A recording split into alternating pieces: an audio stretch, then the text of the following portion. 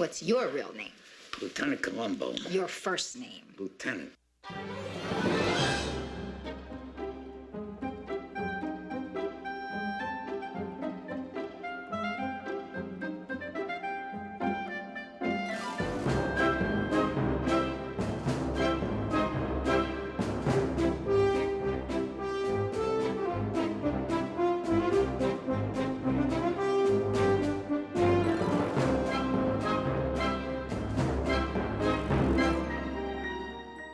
Greetings, Columbo fans. This is Sean. And your faithful sidekick, Steve. Yay, Steve!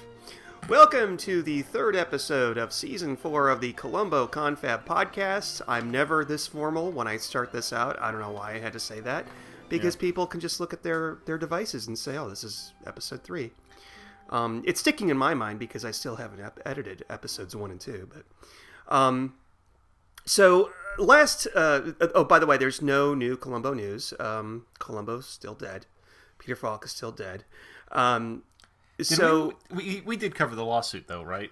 We did, a long time ago. Yeah, a long time ago. That was yeah, that's how that was most recent news there is. That was like so long ago. That was like, that's like David Tennant long ago. That's how long ago that is.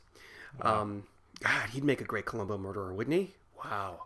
Yes. You know, this is an episode, this is a podcast episode, where we can sit and talk about wondering who would make a Columbo murderer, because we're going to talk about an episode in which there really isn't a Columbo murderer, because we're going to talk about Undercover, one of the most reviled... This is the most un-Columbo Columbo episode I've ever seen.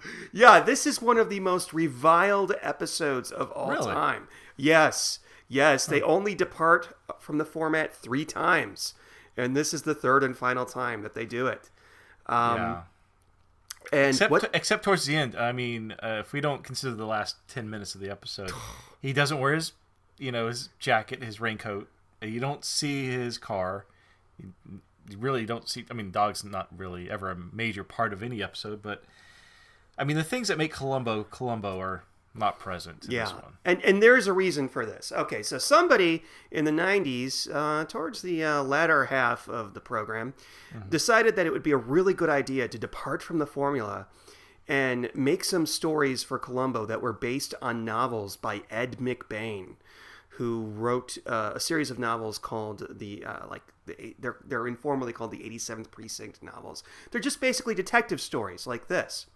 So this episode and one other episode that I shan't name are like this, okay? This is the worst of the two, okay? Now, I'm going to say, I had a little chuckle to myself when the Wig and Wheel of the 90s picked this one last episode. I just laughed. I'm like, we're going to do this.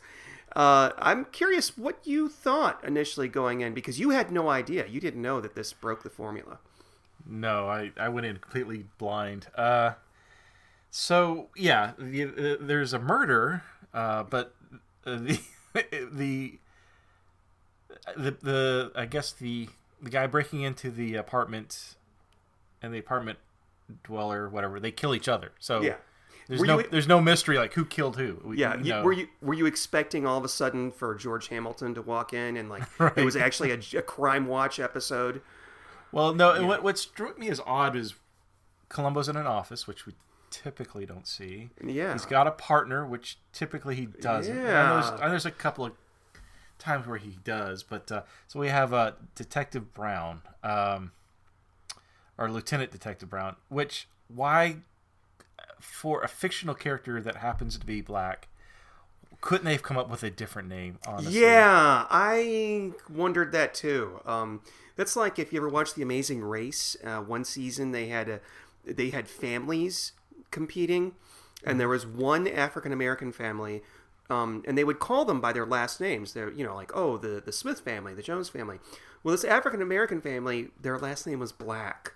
So every time the Black family is running to Paris, I'm like, ooh, that seems, I just feel uncomfortable. Yeah, and so, but the actor who played Lieutenant Brown, I thought he was really good. Oh yeah, there was nothing wrong with him. I got the impression, I didn't know anything about the novels that you were just discussing, but I got the impression that were they trying to do a spin-off where he would be the lead. No, I don't believe that was the plan. Okay. Would I watch something like that? Back in no, probably not. No. This is like the only. This is okay. Keep going. I'm sorry. Well, no, and so the back and forth between him and Lieutenant Brown were. It just seemed weird. Like they were a buddy team. Like, did they just watch Lethal Weapon or something? I mean, I just. Yeah, it's very. It's not uncomfortable on the surface, but for Columbo fans who are watching this, it's very uncomfortable to see Peter Falk essentially playing a completely different character. Not completely different, but just, I don't want to see the mean Columbo again, which we have here, like we had. I mean, there's a lot of departure. Oh, another departure is he carries a gun now. I didn't like that. Yeah. Well, he didn't want to. He didn't want to at first. Yeah. Oh, he did. Well, there wasn't much. I mean, he didn't really put up a fight about it. Because the chief basically said, "You're doing it," and he said, "Okay." Yeah. What else?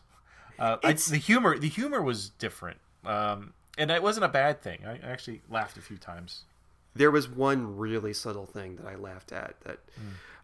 When Ed Begley Jr. comes to the what's his name, Crutch. When Crutch comes to the police department, and he's talking to Columbo and Brown, Columbo is drinking coffee out of a Pyrex pitcher instead of a coffee cup or a mug.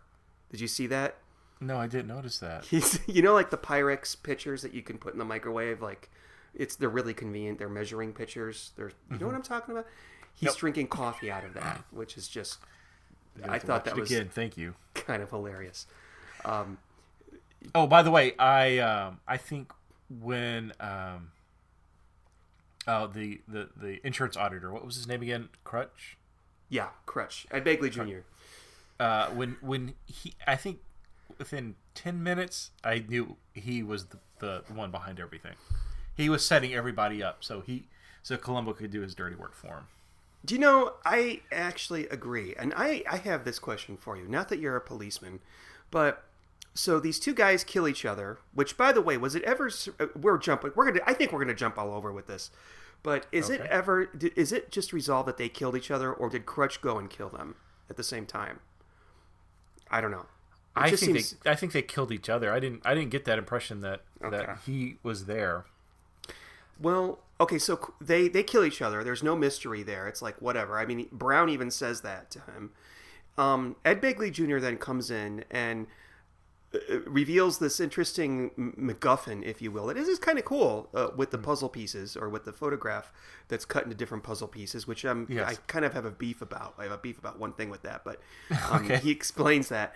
And he basically, as you said, he baits Columbo and Brown to go out and find the people who are holding the pieces of the puzzle. So why then would they do that? Because there's no crime committed. They've already resolved the deaths of these two guys. Well, he said you put a feather in their cap. That seems to be the only reason. I guess. Can we rewind to the very beginning? Absolutely. To the murder, the shooting, stabbing scene? Absolutely. Okay. So I was trying to remember. At the very beginning, I thought, I've seen this episode. It was when I can't remember the character, the guy with the knife, when he breaks in. Yeah. I thought, this is the fake scene. I've seen this one. This is the one where it's a TV show. Mm-hmm. Do you remember that? And that's what I thought it was. I thought, it's George Hamilton with Crime Watch. It was Crime Watch. Yeah. So I thought we were watching that one again for some reason. I was getting those vibes. But yeah, so it was weird because I was like, what the hell is he doing? Obviously he wasn't robbing the place. He was looking for something. But when he does kill the other guy, J.J. Dillinger, I think his name was. Yeah. There's the owner, or the person who's renting out the apartments, which I refer to in my notes as Penny Marshall. And when you hear the gunshots, what she say on the phone? So I'm like, I have to go. There's been some shooting upstairs or something. Yeah, she's on a pay phone, nonetheless. Right. But she didn't really seem to care. It's like, that happens every other day. Yeah. That's all I wanted to say. I'm sorry. I made a note. Now, you watched Tales from the Crypt, right? Oh, You've yes. seen Tales. Do you remember the Tales from the Crypt with Ed Begley Jr. and Tim Curry? What was the plot? Okay, so there's a Tales from the Crypt where Ed Begley Jr. It starts off he's having sex with this girl, and he tells her, she's like, well, let's have lunch afterwards. And he goes, no, well, I'm not having lunch. I have to go. I just said, you just dropped your little panties for me or whatever. Then he goes off and he's selling insurance. Okay. And he goes to this farmhouse where it's Ma, Pa, and their really ugly daughter, and all three characters are played by Tim Curry. Now, I should just... I don't remember that That's one. all I that should... sounds so good. That's all I should say, and anybody would want to see that, okay? Yes. So Ma and Pa decide that they're going to set Ed Begley Jr. up with the daughter, and he finds out that they're like... I can't remember, like maybe their house is on some oil, or there's something in it for him, because the daughter's really ugly. It's Tim Curry in drag and a fat suit and like really gross. He ends up having sex with her, and it's just hilariously gross. Well, go watch that. That's going to be 25 minutes of your life well spent, as opposed to the hour and 20 minutes that you spent watching this. Okay, so why are you bringing that? Oh, just because it's because he's playing the same character in that he is in here. He's an insurance guy. He's really skeevy, and I knew that he was the murderer because that's one of the only things that I remembered. I remembered that. I remembered the puzzle pieces. But what I couldn't get over was the easy alibi that he had. He was just screwing some hot little young thing and got her to lie to him. I don't, just seemed a little bit too easy, like too much of an easy alibi. At least the girl in this one was better looking than Tim Curry. Tim Curry in drag in a fat suit. Can't make that any worse. So when Dillinger is coming back to his apartment, he's got a girly mag. Oh yeah. Was that Bachelor World? I'm just curious. Yeah. That's that. It wasn't. It was like Suave or something like that. But I wish the show would reference itself every so often. I know. It's only done. Yeah, I know. It did once. It did actually. 2 episodes ago, we talked about Columbo Goes to College, and there was something in that one that referenced another episode. But I think that was a bit of perfect opportunity. But yeah. So the first puzzle piece. Now this was interesting. I thought it was clever. It was almost like a. I can't think of the movie, but it's like from the 60s or 70s where they've. Is it the Great Chase or? Oh, what was it? It's a mad world. That's it. Yep. Yeah. So it kind of reminded me of that. So like where he's got to try and get these different pieces from different people. He's got to interact and whatever. But it's actually kind of cool when you think about it. But really, I thought I was very entertaining. But I found it interesting that they thought the first puzzle piece looked like a belly dancer. What the hell is with Peter Falk and belly dancers? Well, to his credit, more or less, he's not the one that said that. It was somebody else that said that. I don't remember if it was Crutch or Brown that said that, but yeah. Well, I think it was one of the other officers. Yeah, one of the other detectives. But a belly dancer. Come on. Okay, so this is okay. I'm gonna forget about it later on. So I'm just gonna mention it. This is what drives me crazy about the puzzle pieces. You've got this photograph that's split into 8 different puzzle pieces. Okay, and like 5 of them are completely useless because they're just pictures of water or what I thought was carpeting at first, but it turns out it's water. So why even bother? You should just have 3 puzzle pieces. I don't know. Just saying, if I went and killed somebody... I would think the one with the X... Yeah, the one with the X and anything to the left of that piece, that would have been all you needed. Yeah! You didn't need the rest of the water. I would be upset if I went out and killed, like, 5 people, and 3 of them were for that. Yeah, you know? and Krish had the main piece. I mean he could have done... whatever. Mm-hmm. They had to have all 8 pieces. But, so... The when they decide to take the case, sounds like Scooby Doo. When they decide to take the case, so Columbo and Lieutenant Brown go to this one person's apartment, right? And they're ransacking it, looking for this piece. Oh yeah, another thing. Yeah. I know where you're going. Keep going.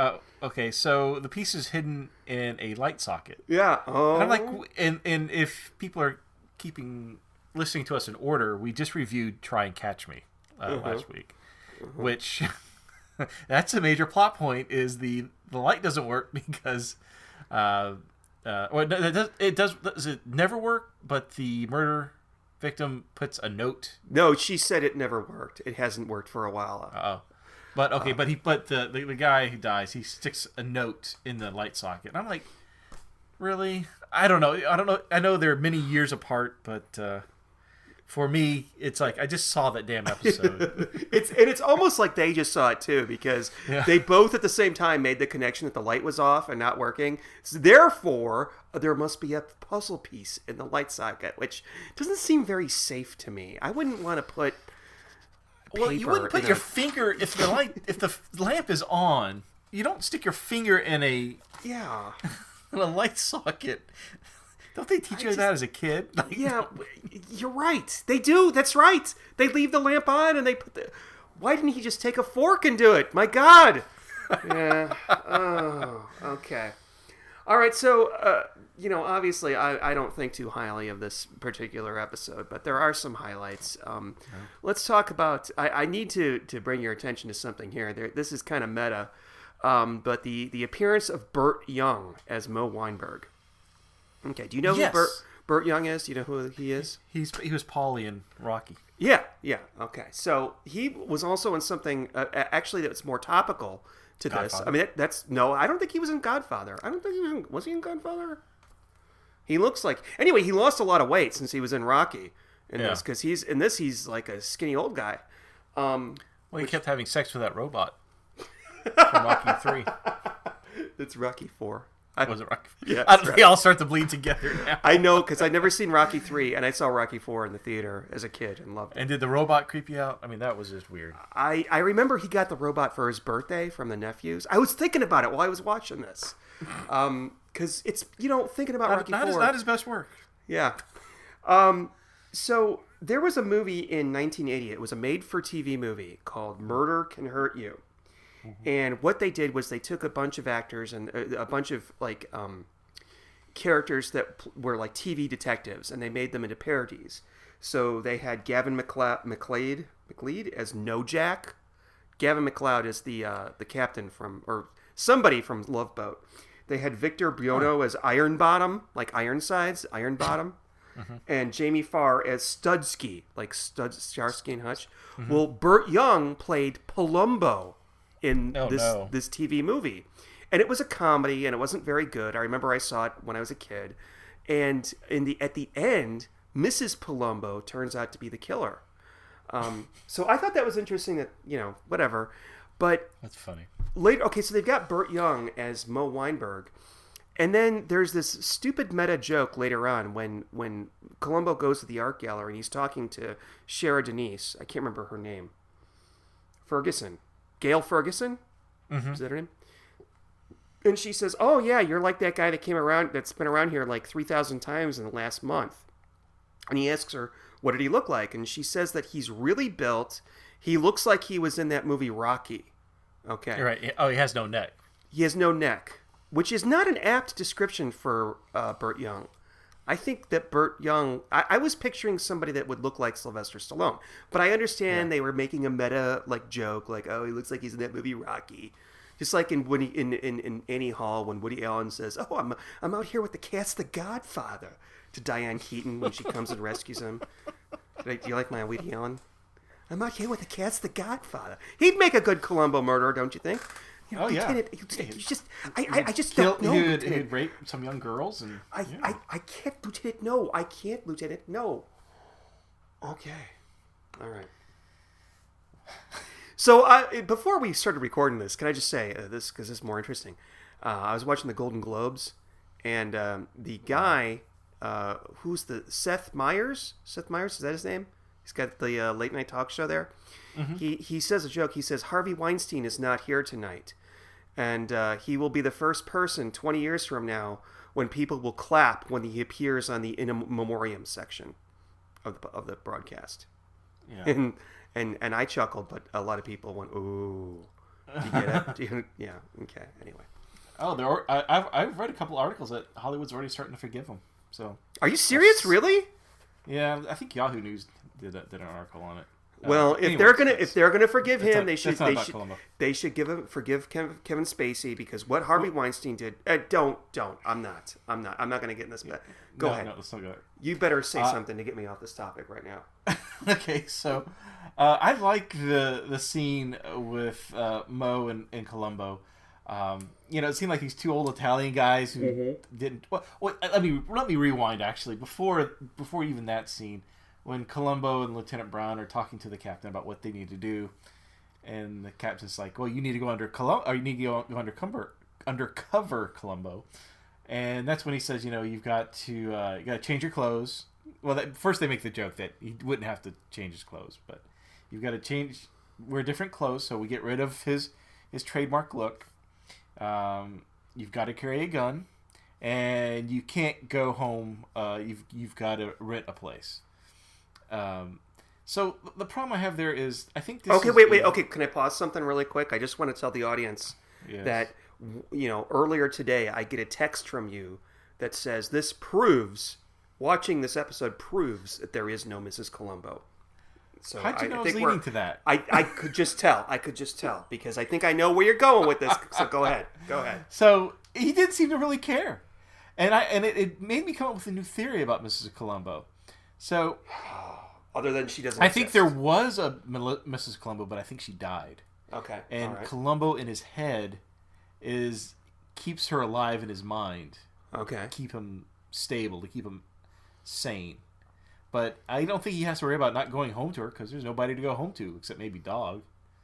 But I think more I think about it, I think there once was a Mrs. Columbo, but she died early in his life. Well, see, now that's bullshit.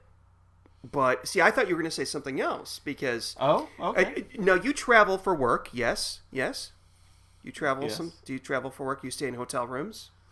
Do you not welcome? Do you not welcome sometimes just the concept of going and staying in a hotel room for a couple nights or one night or whatever? Oh, so you think Mrs. Columbo gets on his nerves and? Yeah, once in a while, going and spend some alone time in a hotel room. Frankie, did you bring the milk? It's like, Jesus Christ. Did you pick up dinner? Did you pick up some Chinese? But did you like my impression? That was pretty good. That was a good New York Italian. I thought that you were going to use the fact that when he gets hit on the head and he's in the hospital, she's not there to see him. Yes, I did not think of that. That's very good, Sean. Thank you for that, proving my point. So, anyways, Mrs. Columbo exists. She exists, Steve. It's a fact. She exists. She once did. So I'll beat you halfway there. So I like the scene with Columbo, and I'm just gonna call him Paulie. He's Paulie. So there's the whole scene where Columbo's looking at him through the keyhole, which I don't know if you've ever looked through doors that actually have keyholes like that. It's not that clear. Yeah, no, it's not. Yeah, absolutely. I've seen keyholes that are shaped like that, and you can see a little, but you can't see very much. I think they actually have a keyhole thing to put on the camera to make that's exactly what I thought. Yeah. Yep. It's funny because I was watching a TV show, Shameless, a few days ago, and somebody does the same thing where they look at a girl in the bathroom, and I thought, that's not that easy. Come on, give me a break. Yeah. So Columbo knows that Paulie's gonna shoot him or whatever, and so he takes this notebook, writes a note, and I forgot what it's something like you're a horse's ass or something like that. I don't know. That whole routine cracked me up. Yeah. And so they get into an argument. He opens the door, slams his head against the door, and barges in with a gun. Yeah, and there's one quick, they're insulting each other, and Columbo says something like, did you have an accident when you were young, or were you born retarded? See, okay, so now you're laughing like you enjoyed this, but Well, it had some really funny. The jokes are funny, but who says you can't say that now? Oh, come on, you could say it like to a. Were you born retarded? You don't think there would be a group that would go after? Oh, you mean if you put it in a movie like this? Well, no. If it was a TV show today, you couldn't say that. I think if it was a cop, I think that no. I think if it's a movie, it's okay. But if you would say it in the workplace, I think that Actually, I say it on Facebook sometimes, and nobody says anything. But I'm kind of that guy on Facebook that says whatever he wants. So this doesn't bother you. You've got Columbo breaking down a door, barging in, shoving a guy to the wall, pulling out a gun, basically holding the guy, not holding him up, but, aiming a gun at a guy. That makes me uncomfortable. I don't want to see that. That's like, I think we've talked about this before. That's like watching my parents have sex. Not to mention the fact that right after that, they have this conversation after they reveal their respective puzzle pieces where they look like they're going to kiss. Yeah.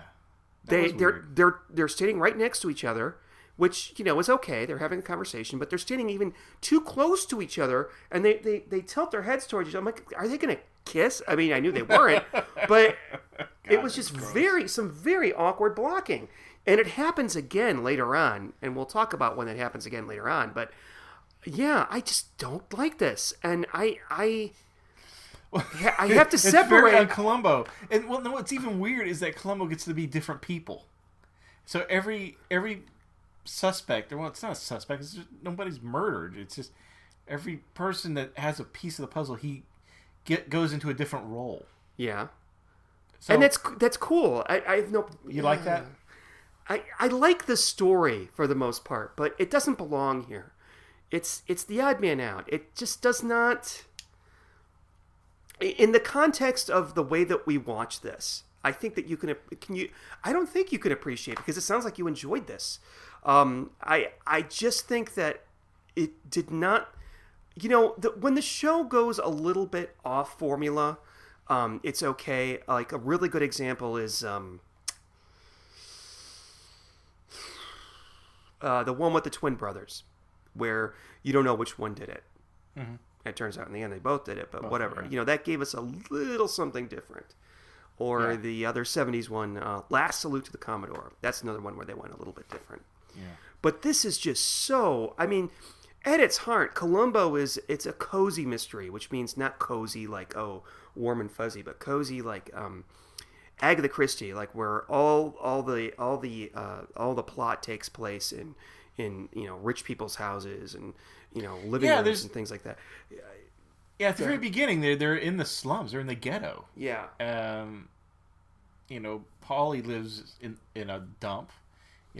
Columbo rents an apartment that's on Skid Row. I mean, it's just... So as a result, the only scenes that to me felt organically like Columbo were like when he went to the art gallery and he talked to his wife, Cher Denise, who was pretty good in this, I think. Wait, that is Mrs. Falk? Yes. We talked. Yeah. Remember the painter one, the Barsini we did back. Right. She was in that. Remember, she was his current wife. Remember, because he had the ex-wife that he killed, the current wife, and the mistress who was modeling for him. Right. She played his current wife. That's Cher Denise. And there's more of her to be seen. Just wait. Interesting. No, I didn't know that was...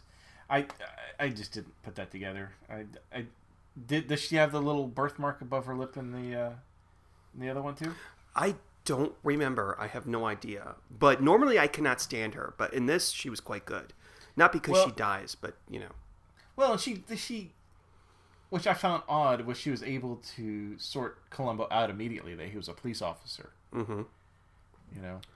And there were some good scenes between those two, by the way. If we jump towards the end, where he goes to her home, she's doing what probably you and I do all day Sunday. Yeah, sit in our pajamas and drink. And wait, can I ask you a question about that? I got this impression when they first show her before he comes in. She's drinking mimosas, reading a magazine, sitting on her luxurious sofa, and I thought she was listening to 20s swing music. Yes, And I'm like, I want to do that right now. I want What? to do that. Listen to 20s. I love swing music. I love it. But I didn't realize until later that was part of the soundtrack and not actually maybe what she was listening to. I was confused, but Oh, really? No, I thought she was listening to that. That was the soundtrack. Oh my god! because they use the music again later on. They do, yeah. But she was. That was a great scene. I mean, they had real on-screen chemistry. Yeah, there was a nice little banter, like, "What's your first name, Lieutenant?" Yeah, it was cute. It worked. It really did. It really did. And that's what's. Go ahead. So, well, we got to talk about. Her name's Jerry in this, Mrs. Ferguson. So she has a business partner. Oh God. Bramley Kahn. Okay. Good name, boring like character. Like, could we be more gay? He was just too gay. Like, I'm like, okay, you're gonna play a snooty art. Yeah. And if we jump ahead again, he's the one that breaks into Columbo's apartment, right? Yes. And kicks Columbo in the head. I could not see that, but yes. Yeah, he doesn't seem violent type. I would have thought it was either Jerry or the insurance guy. So did I. I thought it was Ed Begley Jr. But I don't understand how he got involved in this whole thing in the first place, because basically his employee, how does he know that she was given this puzzle piece? Right. Why is he so invested in it? It just doesn't, I don't know. And then later on, he's knocked out and laying dramatically, and when I say dramatically, I mean not dramatically at all, on the pavement in the back of his store. Yeah.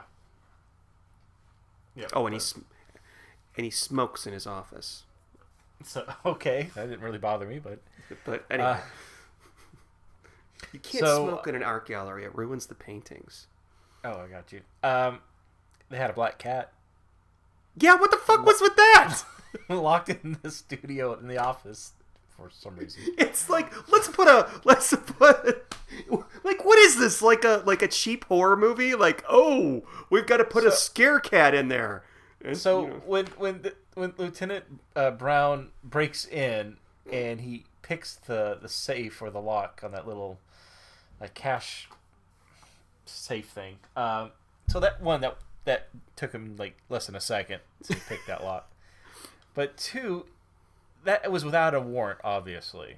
So I was a little surprised that Columbo instructed him to do that. Yeah, well, Columbo. Like any evidence? Well, I guess because it's not a murder case. I guess they're kind of off the record in a way. I think you may be right there. I think that's a good point. Yeah, I didn't think of that. I was just about to say, because we have a mutual friend or former friend named Eric Stadnick that actually that Bramley guy kind of reminded me of. Okay. But yeah. That's nice. God, what else is completely retarded in this? You okay, really so the hospital scene. Okay. Oh yeah. So, okay, I'm fine with the hospital. He's in the hospital. I mean that's a serious welt he had on his head. Yeah. The Columbo makeup team put on him. But that's what was I going to say? So at one point, Columbo wants to leave. I guess he wants to get back onto the case, and the nurse counters him and takes his pants away, which leads to a really funny situation for Columbo. I thought. Yeah, I like this. We're wearing some MC Hammer parachute pants,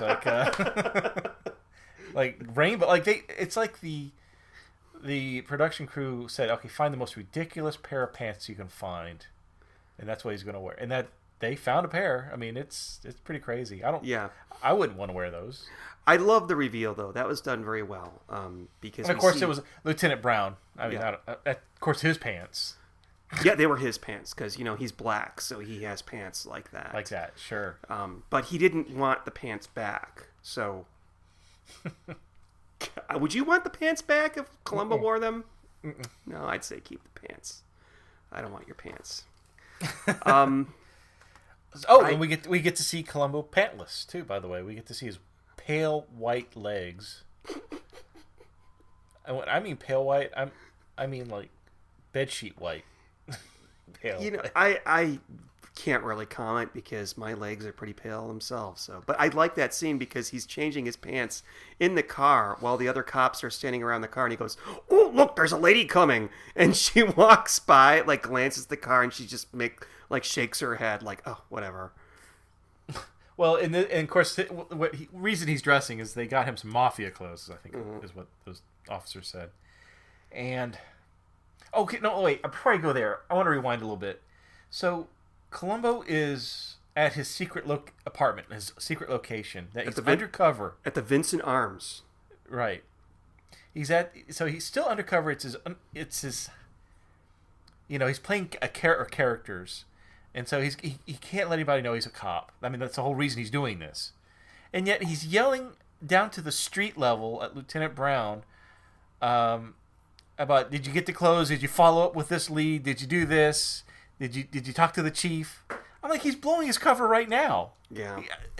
And if he's about to go into probably the most risky part of going undercover, he's going to dress up as a mob boss. Mm-hmm. Yeah. And this is where Francis Ford Coppola takes over the direction of this episode. Damn it. Yeah. They did the thing where they play the Godfather type music whenever they did this back in the fuck was that episode? It's Strange Bedfellows with the Rod Steiger character where they have to play the mafia with the violin. So dumb. So dumb. And you know what? I think that he should be speaking Italian with that lady. They should have done that completely. Yeah. They started off, but maybe they thought it would be too cumbersome for the viewer. They did it. They've done it in the past. They did it not long before this one, and they did it in the 70s. And it would be the proper thing to do if you know. Well, and I know in a previous episode I've discussed this with you. I don't know if it hit the edit floor or if it's still in one of the episodes, but there's a Netflix series about Italian mobs. Mm-hmm. And they talk about the Columbo family. Oh yeah. So when Columbo says his name, when she asks what's your name, he goes Columbo. She goes, "Oh, mi familia." Yeah. There actually was a crime family called Columbo. Yeah. So I thought that was interesting. Yeah. So what else was? No, I remember you mentioned this before. It did not make the editing floor, but perhaps this time it will. So what else was interesting in this? Because oh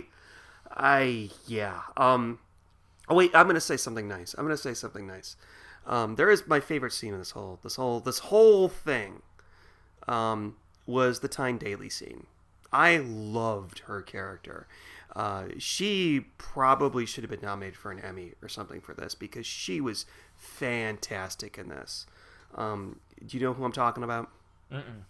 Tyne Daly is the lady that he goes to get one of the pieces of the puzzle. She actually has two pieces. She's the drunk in the old rundown apartment. Oh, yes, from Cagney and Lacey. Right. Yes, exactly, yes. Mm-hmm. This is her second appearance in Columbo. You may see her later on. Was she hooking in that other episode? Or? No, she was not. But I think she gave up hooking. No.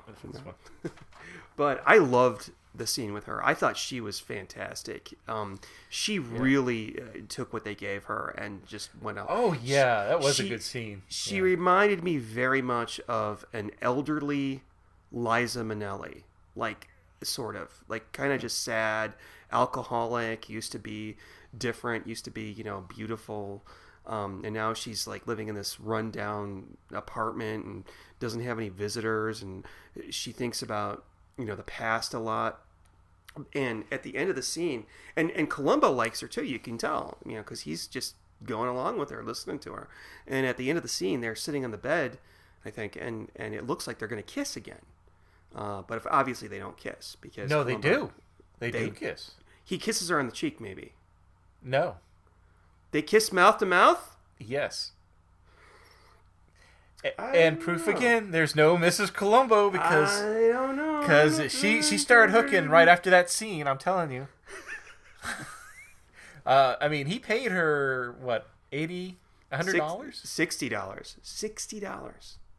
But I think no. She said she said 20 times 3, so that'd be 60, 70, 80, because the 24.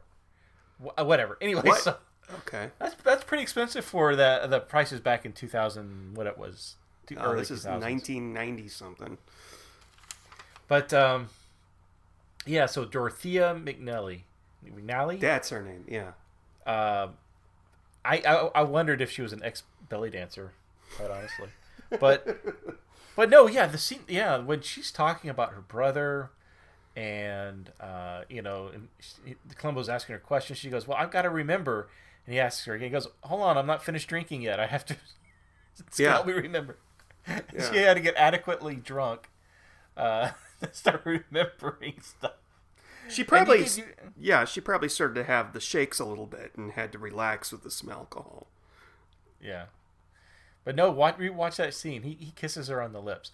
I don't know if that was maybe not in the script, like maybe Peter Falk was kissing her because she did such a great job with that scene, which I suspect, and they just kept it in. I don't know. I have no idea. I could not say. Because if Columbo was married, as you seem to believe, I don't think he would have kissed her. Everybody seems to believe Columbo is married. No. Oh, here we go. So then, but maybe this is when this is the scene or the episode where he gives up the ghost of Mrs. Columbo, and finally decides to live life as a bachelor. Yeah, that's how it ends. He's going to bed and he sees her ghost, and she says, "Frank or Philip, you can see other women. Live your life." No, that didn't happen because when he went to bed, she was next to him. She exists. And Dorothea, I wonder how much more money she had buried away in her cleavage. So there is this character. There's probably like small animals buried in there, that have suffocated. I would imagine.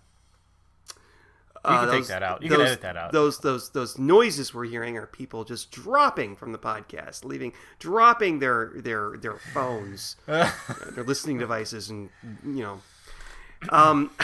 So, I forgot what I was going to say now. Okay, there's a character in here, and I can't recall his name, but Zeke. Yes, that's it. That's Zeke. We have seen... I think does Zeke sell Pepperidge Farm cookies on the side? I wrote down, is he from Cabot Cove, Maine? Because he's got that. Yeah, Jessica. You're not going to be saying anything about that, Jessica. Don't go around to the pet cemetery. You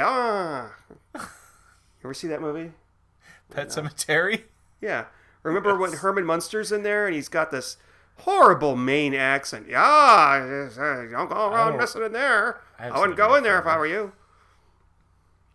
But yeah, I like Zeke. Zeke has maybe 2 minutes of scenes in this episode. There's a lot of really good acting in this. There's a lot of good actors. You are absolutely right. You are absolutely right. Yeah. But yeah, because Zeke it steals every scene he's in. Always complaining he's been there for 20 minutes. Guy's obviously got nothing else going on. He goes, I've been here for 20 minutes. No water. And then when he's at the hot dog stand, could you get him the water? He got the best water here, Zeke. But so have you seen this guy before? Does he look familiar at all? No, I don't think so. So Zeke, and I may be wrong here, I did not look it up. I'm just going by the way he looks, was in 2 other episodes that we did. Okay. The first was he was in Any Old Port in the Storm, the wine episode. The scene where early on where Columbo's sitting at a bar and there's the old drunk next to him talking to him. That's him? That's him. That's him. And then he was in another 90s episode, the one with George Hamilton with the porno. He's the guy that works in the porn shop that when Columbo goes to the porn shop, it looks like we're both going to... He wasn't the guy in the raincoat, but he was the guy that worked at the porn shop. Right, who gave him the video. So, Zeke. Yeah, Zeke proves integral. I don't know why he was... So, yeah, what I want to know is, so the way they were able... I mean, let's cut to the chase here. It was the insurance guy. What his name is, I forgot already. Crutch. Crutch. So it was him. He was the one behind everything. Mm-hmm. and then the way they were able to, I guess, get him at the scene was his fingerprints were on a coin that was in a meter, a parking meter. So they ripped the meter out of the pavement from the location, and they bring it into the police office to use as why. Why did they do that? But because for effect. I don't know. I don't like how they had it wrapped up, and Zeke had it like wrapped in brown paper, and quite nice. I guess he loved his meters. I don't know. It's a damn good clue, though. You know, I mean, that's a really good gotcha clue. I've got your fingerprints on this coin, and it matches the fingerprint on your gun license. That's a gotcha clue. The only problem is that Columbo... That was introduced literally 10 minutes till the episode ends. Yeah. Yeah, I mean, I know he's like writing down. He sees the parking times and that. I don't know. Do you ever pay attention to that shit? I mean, if you pull up to a parking meter, I'm just putting money in it. Like, I'm just thinking automatic. I'm not looking at the sign that says when. Maybe I'm just lazy, but I would have just assumed that I would have to pay a parking meter if there was a parking meter there.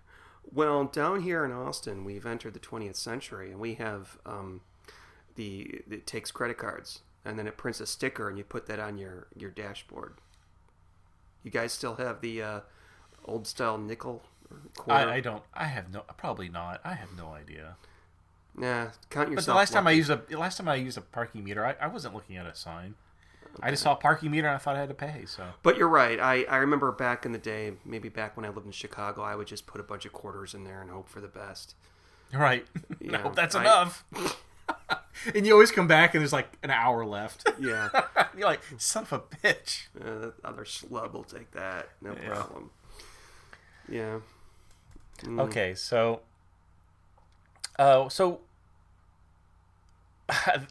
I guess finally, at this scene, Columbo finally gets his car back, gets his jacket back. So Columbo's now Columbo. Mm-hmm. Finally. Mm-hmm. Were you happy at this point? Were you more comfortable? Oh no, it was far too late. We're talking about the last minute of this episode. Yeah. And I guess did you notice that the money was in the water in a safe with a big, huge like cannonball chain to it, and they were able to get out of the water with just a net? I didn't pay attention to that. Yeah. So I had to rewind the end just because obviously dog was in the car.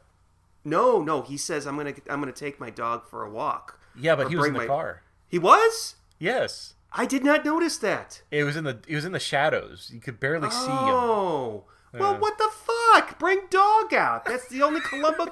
Or you know what? Or if he would have said, you know what would have been perfect if he would have said, "I'm gonna go home and sleep with my wife," like at the end of Clue, the movie. I'm gonna go home and sleep with my wife. There's no mention of the wife in here at all. Yeah. I'm telling you, he's going to go see Dorothea. You know, if he was single, I wouldn't doubt it. You know what? Because, men, you know what? Yeah. If I was an old straight guy and I had that nice little exchange with her, I'd go back to her. You're right. I can't imagine doing... Anyway. Should we review it? Yeah, just get this over with. You went first last time. I'll go first this time. All right. What am I reviewing it out of? Let's do 1 out of 50. No, I'm sorry. I went first last time. So you go first this time. I'm sorry. I don't really know how... okay, 1 out of 50. I really don't know how to score this one, honestly. Yeah, it's okay. I had fun with it. I like the idea of the clues, and he was playing different characters. There was a lot of great actors with wonderful performances. I didn't like the music. Like you said, the swinging 20s or whatever the hell that music was. It wasn't there a couple of times. It felt out of place. We don't have Columbo through the majority of this. I mean, you get Peter Falk, but I don't know. All those comforting, what did you call it? Columboisms, the stuff. Yeah, so those are all gone. Uh-huh. So, if I were to say how would I rate it compared to other Columbos, I would rate it really low. Mm-hmm. but I had fun with it. It was entertaining. I don't want to see it again, but because it's not Columbo. It really just doesn't fit. But I had a good time. I laughed with the jokes. I thought, again, performances were great. I don't know what the rate this. Out of 50? I think if I just rate it as a standalone episode without the Columboisms missing being a key point, I'd probably give it a 35, I guess. That seems about fair. Well, I actually agree with you for the most part. As a Columbo episode, it fails dismally.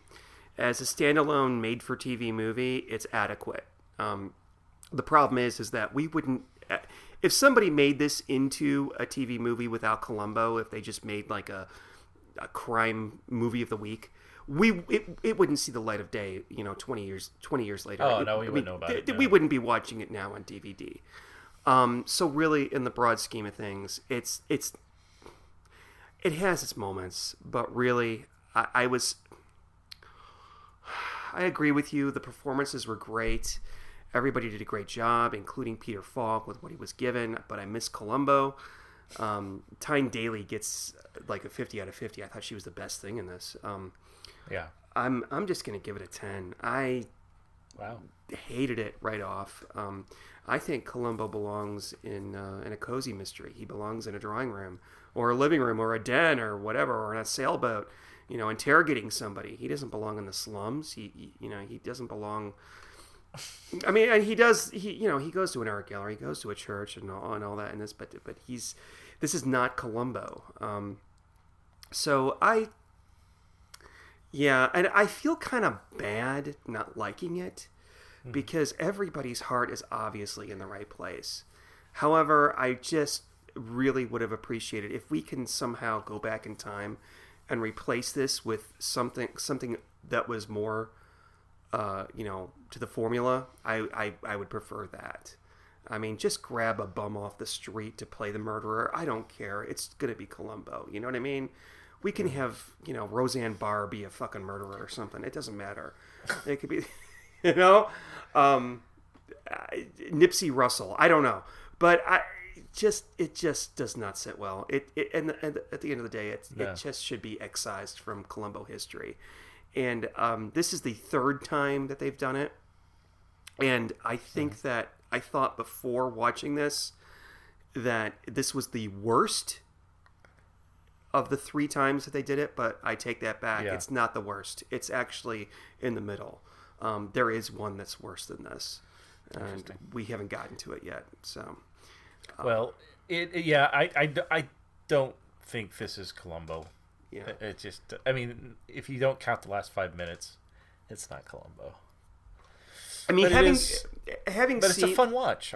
Having seen these and like knowing that eventually we would watch it, I was almost tempted to say to you, "Hey, why don't we do a podcast like this? If we ever get this one, we just say, oh, we'll talk about Undercover. Okay, well, what do you think? Hated it. Okay, bye,' and then walk away from the microphone and just let it record for 45 minutes." And that's what we think of it, because that's basically what they gave us is not Columbo. So, yeah. Sorry. I'm sorry, whoever wrote this. I don't know what your name is. It's not Ed McBain. It's somebody else.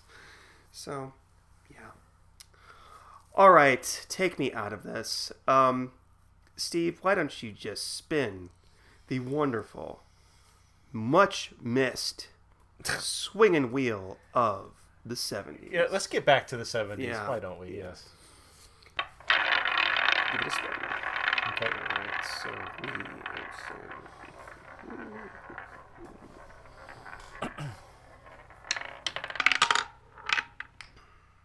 we are going to be watching, another late one. Ho-ho-ho! We are going to be watching Fade Into Murder, starring William Shatner. Murder. Is that the one where he's a musician? A magician? No. He's a guy who plays a detective on a popular show with William Shatner. Oh, that's Okay, I have seen that one already. But I enjoyed it, so I'm looking forward to it. That will be a really good, like, sort of mind bleach after this. And if you want to hear what the countdown is, we have 34 70s episodes to watch and only 15 80s episodes. So, I'm sorry, 90s episodes. So, yeah, that will give you an idea of how much longer. Well, you know what? They're all not going to be undercover. But, okay. Very cool. I'm looking forward to it. As am I. So I will see you next time, Steve. In the meantime, everybody, have a very good night. And remember, just don't watch this episode.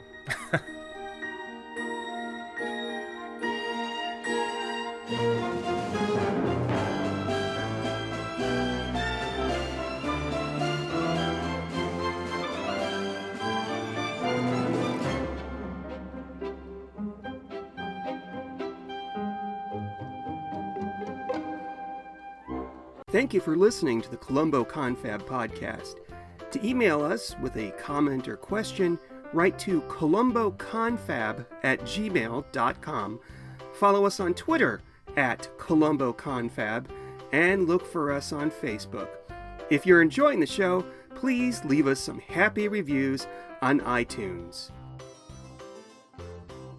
I love clues. Hello, I'm Sean, and I'm the host of the 1001 Movies podcast, based on the book 1001 Movies You Must See Before You Die. Each episode, I randomly pick a film from the book and spend about 10 minutes talking about its director, the cast, the genre, and my personal thoughts on the merits of the film. Each delicious yet bite-sized episode contains information about a film from practically any genre, any country, or any year. Check us out on iTunes and we'll send you free cookies. Some restrictions apply.